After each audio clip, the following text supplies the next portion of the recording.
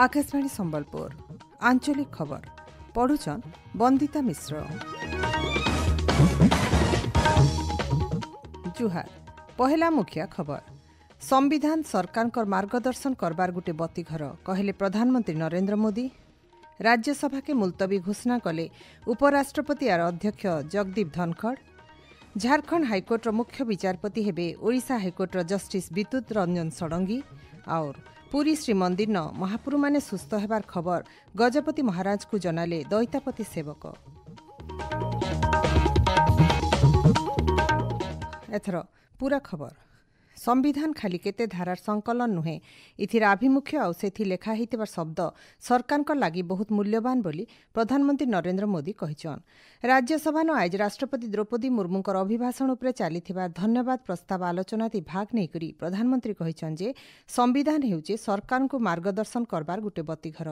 बाबा साहेब भीमराव आंबेडकर कर अवदान के प्रशंसा करी करी प्रधानमंत्री कहिछन जे भारतर संविधान एबे 75 बछर के पहुंची छे।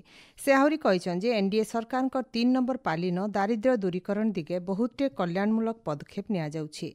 ई पालिन भारत के पूर्ति 3 नंबर बड़ अर्थनीति करबार लगी सरकार प्रतिश्रुतिबद्ध आन बोली से कहिछन। आइबा 5 बछर भितरे देशे परिवहन व्यवस्था थी बहुते परिवर्तन आसबा।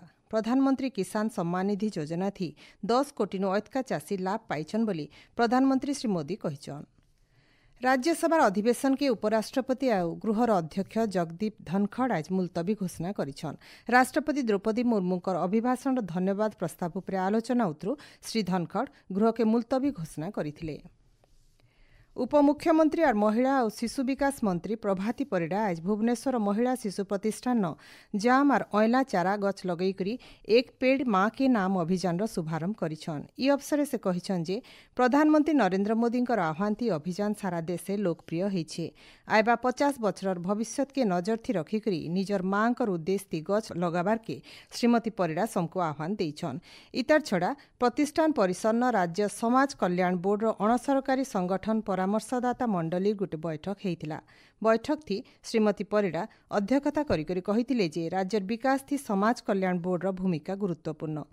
सरकार और स्वेच्छासेवी संगठन सहभागिता ही समाज कल्याण बोर्ड के सुदृढ़ भावे परिचालित करबा। इतार सहित राज्य समाज कल्याण बोर्ड पुनरुद्धार हेबा बोली श्रीमती परिडा कहिछन। केन्दुझर जिला घटगाँ माँ तारिणी मंदिर रूपांतरीकरण लगी भिन्न भिन्न पाखे थिबा जागार सर्भे काम चलीछे। केनफाले दुकान घर विश्राम जगह पार्किंग और रास्ता रहबा से बाबदे सर्भे होउछे। इन जनै दिया जाई पारे जे गला जून मासर 23 तारिख दिन मुख्यमंत्री मोहन चरण माझी माँ तारिणीकर मंदिर परिदर्शन करबार अवसरे 50 कोटी टंकार अर्थराशि घोषणा करथिले। रायजे रक्त सिकुड़ी बा सिकिल सेल लगी रक्तहीनता निराकरण सचेतनता अभियान आज शेष होइछे। ये अभियान गला 19 तारिख नु मूल होइथिला। इति भिन्न भिन्न जिला न रक्त सिकुड़ी रोगर निराकरण लगी व्यापक प्रचार प्रसार करा जाइथिला। जिला स्तरीय अधिकारी सीडीपीओ माने कार्यक्रम थी सामिल हेकरी लोक मानकु सचेतन करिथिले। 2047 मसीहा तक रक्त सिकुड़ी रोगर पूरापूरी निराकरण लगी सरकार लक्ष्य रखिछन। हेब समृद्ध भारत मोर समस्तंक विकास हब।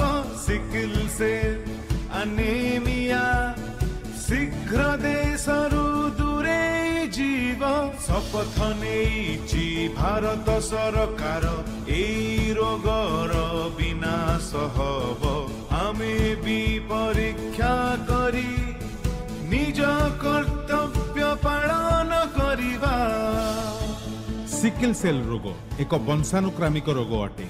आनेमिया अर्थात रक्तहीनता, आखि हलदिया पड़िबा सह शरीर रे तीव्र जंत्रणा, कहूणी और आंठुगंठी दरज हेउथिले एवं बारंबार ज्वर आसुथिले एहा सिकिल सेल और आनेमिया होइथाइ पारे।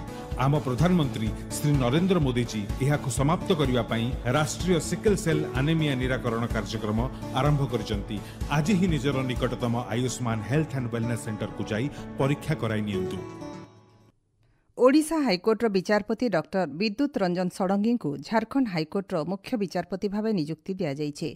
सुप्रीमकोर्टर प्रधान विचारपति परामर्श सूत्र राष्ट्रपति द्रौपदी मुर्मू जस्टिस षडंगी को नियुक्ति देइछन। ई बाबदे केन्द्र आईन मंत्री अर्जुन राम मेघवाल तरफु सूचना मिली। आपण माने खबर सुनुचन आकाशवाणी संबलपुर केन्द्रनु। पुरी श्रीमंदिर आज द्वादशी तिथि श्रीजू मान राजप्रसाद विजय नीति हेउछे। श्रीमंदिर सकाळ धूप नीति सरबा ऋतु जय विजय द्वार बंद कराई बेहरण द्वार खोलाଯିबार सहित श्रीमंदिर श्रीनगर के राजप्रसाद विजय कराइछे। गलाकाल एकादशी तिथि महाप्रभुंकर खड़ी लगी और रक्तवस्त्र लगी सहित वैद्य माने तैयार करिथिबार 10 मूल उष लगी कराइथिला। महाप्रभु पूरा सुस्थ हेइथिबानु दैतापति सेवक माने श्रीनगर जाइकरी गजपति महाराज को खबर देवार परंपरा रहिछे। ई अवसर दैतापति माने अनबसर समियाथी बाहरी थिबार कराळ चंदन और पाट वस्त्र के गजपति महाराज को देइछन।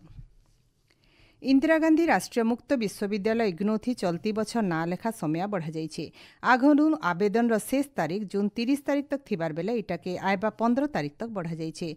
आशायी छात्र छात्री माने इग्नो वेबसाइट के जाइकरी ना लेखा लगे आवेदन करि पारबे। इति स्नातक स्नातकोत्तर डिप्लोमा और सर्टिफिकेट प्रोग्राम रो भिन्न भिन्न पाठ्यक्रम ती ना लेखा जाई पारबा। चलती बछर 5टा एमएससी और गुटे बीएससी विभाग खोला जाइछे। स्नातक पढ़वार लगी अनुसूचित जाति और जनजाति पिलामान ना लेखा और फेर खाए पंजीकरण करुथबार फी के छाड़ करा जाइछे। केंद्र स्वास्थ्य और परिवार कल्याण मंत्रालय तरफु जिका भाइरस के नेकरी सतर्क रहबार के सबु राज्य मान को निर्देशावली जारी करा जाइछे। ई भितरे महाराष्ट्र न जिका भाइरस थी 8 जन आक्रांत हेइछन। इता के नजर थी रखिकरी सबु राज्य के आगुआ सतर्क हेबार के मंत्रालय तरफु कहा जाइछे। एडिस मशा चाबले चिकेन गुनिया और डेंगू बागी लोक माने जिका भाइरस थी आक्रांत हेसन। खास करी गर्भवती महिला जिका भाइरस थी आक्रांत हेले गर्भवती थिबार छुआ उपरे प्रभाव पड़सी।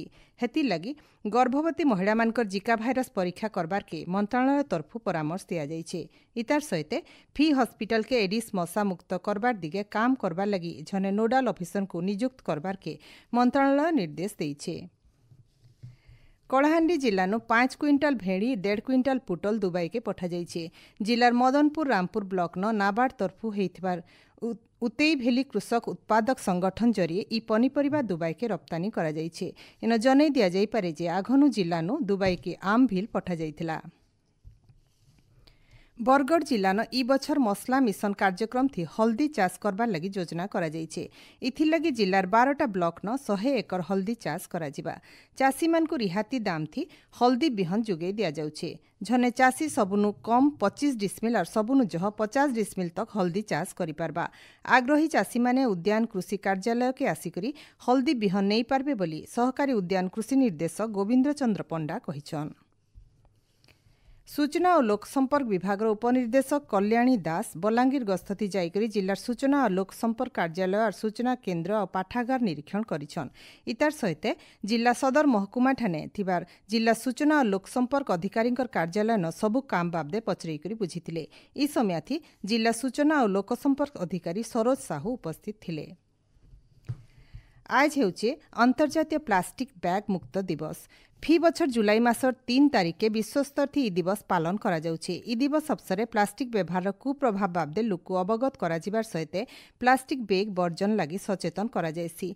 2002 मसीहा थी बांग्लादेश पूर्थिर पहला देश भावे प्लास्टिक बैग व्यवहार निषेध करिथिला। इतार उतरु भारत सहित बहुटे देश प्लास्टिक बैग उपरे प्रतिबंधक लगेइछन। ई दिवस पालन करबार मुख्य उद्देश्य हेउचे प्लास्टिक बैग नु समाज के दूरेई रखबार। उत्तर पश्चिम बंगोपसागर न आयबा 8 तारिख आड़े गोटे घूर्णिबलय सृष्टि हेबार संभावना रहिछे। आंचलिक पाणीपाग विज्ञान केन्द्र भुवनेश्वर तरफु मिलिथिबार सूचना अनुसार घूर्णिबलयर प्रभाव थी रायजे वर्षार परिमाण बढ़वा। समुद्र खणी और ओडिशार भितरिया इलाका न जबर वर्षा हेबा बोली पाणीपाग विभाग तरफु अनुमान करा जाइछे। सेडे जून 1 तारिख नु गला काल तक रायजे 168.8 मिलीमीटर वर्षा रेकर्ड हेइछे। इटा स्वाभाविक वर्षा नु 27% कम आए। राज्यर 11टा जिल्ला न स्वाभाविक वर्षा हेइथिबार बेले 17टा जिल्ला न नियंटिया वर्षा हेइथिबार पाणीपाग विभाग तरफु कहा जाइछे। शेषे मुख्य खबर फेर खाए। संविधान सरकार मार्गदर्शन करबार गोटे बतीघर कहले प्रधानमंत्री नरेंद्र मोदी। राज्यसभा के मुलतवी घोषणा कले उपराष्ट्रपति और अध्यक्ष जगदीप धनखड़। झारखंड हाईकोर्टर मुख्य विचारपति हेबे ओडिशा हाईकोर्टर जस्टिस विद्युत रंजन षडंगी। और पुरी श्रीमंदिर न महापुरु माने सुस्थ हेबार खबर गजपति महाराज को जनाले दैतापति सेवक। आज आंचलिक खबर इन शेष जुहार।